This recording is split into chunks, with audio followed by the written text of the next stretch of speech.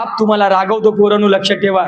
बाप तुम्हाला किटकिट करतो, असं करू नका तसं करू नका. तो का करतो तुम्हाला एक छोटीशी गोष्ट सांगणार आहे मी आज, आणि या गोष्टीनंतर कळेल तुम्हाला बाप काय असतो. लक्षात ठेवा. एका सिटीमध्ये असेच एक मुलगा राहत होता, एकुलता एक मुलगा, लाडाचा मुलगा. त्याला वाटलं बाप माझा खूप लाड करेल, एकटा मी आहे, बापाला चांगला पगार आहे. परंतु बाप एकदम खडूस होता. पोरगा शेजारच्या मित्रांना नवीन सायकल घेतली, पोरगा म्हणायचं बाबा मला सायकल पाहिजे. बाप म्हणायचा अजून आहे तीच वापर. पोराला राग यायचा. पोरगा म्हणायचं माझ्या मित्रांना नवीन कपडे घेतलेत, बाबा मला कपडे पाहिजेत. बाप म्हणायचा ती आहेत ना कपडे, ती फाटलेत का, तीच अजून वापर. पोरं पिक्चरला चालली, पोरगा म्हणायचं बाबा मला पिक्चर बघायचा यायचंय, घरी टीव्ही आहे ना, टीव्हीवर बघ, आता टाकेल लागलाय, काही दिवसानं घरात येतो तिथं बघ. पोरग्याला बापाचा एवढा राग यायचा, त्यानं ठरवलं होतं असला खडूस बाप देव जगात कुणाला सुद्धा देऊ नये. एवढंच काय, अपार्टमेंट मध्ये वरती जाताना जर अपार्टमेंट मध्ये कुणाची गाडी तिरकी पडली असली, बाप त्याला म्हणायचं ती गाडी सरळ कर. पोरगा म्हणायचं त्यांची गाडी मी का सरळ करू. वर चाललं, एखाद्या चपला जरी उलट्या सुलट्या पडल्या असल्या, बाप म्हणा ते सरळ कर.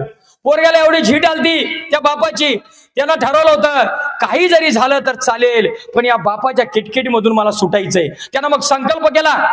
कारण साधं घरात टीव्ही जरी बघत असलो आणि साईडला जाऊन बसलं पोरगा, बाप म्हणायचा तुझा बिल काय बाप भरणार आहे का, टीव्ही बघत नाही मग कशाला चालू केल्या. बाहेर गेलं पंखा चालू असलं बाप ओरडायचा. असा बाप कुणाला असतो का रे. पोरग्यानं ठरवलं, संकल्प केला मनामध्ये, काही करणार, शाळा शिकणार, नंबर काढणार, नोकरी लागणार, आणि या बापाच्या आयुष्यातून कायमचा दूर जाणार.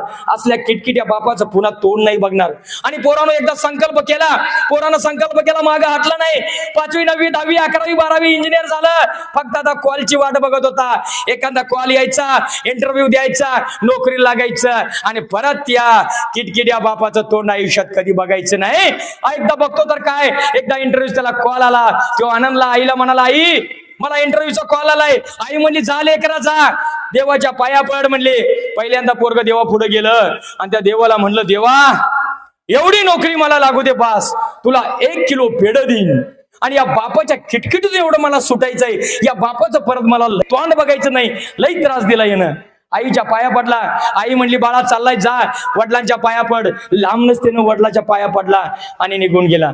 एका मोठ्या अपार्टमेंट मध्ये इंटरव्ह्यू होती, 4थीत लिहिलं, 4थ्या मजल्यावरती इंटरव्ह्यू चालू आहे. पोरग गेलं, खाली जाताना पार्किंग मधून रस्ता होता, पाहतो तर काय, एक सायकल तिरकी पडली होती. सवयी प्रमाणे जाताना पोरानं सायकल सरळ केली, वरती चालला. एका घरासमोर चपल्या उलट्या सुलट्या पडल्या होत्या, त्या सरळ केल्या. अजून वरती गेला, एक झाडाची कुंडी तिरकी पडली होती, माती सांडली होती.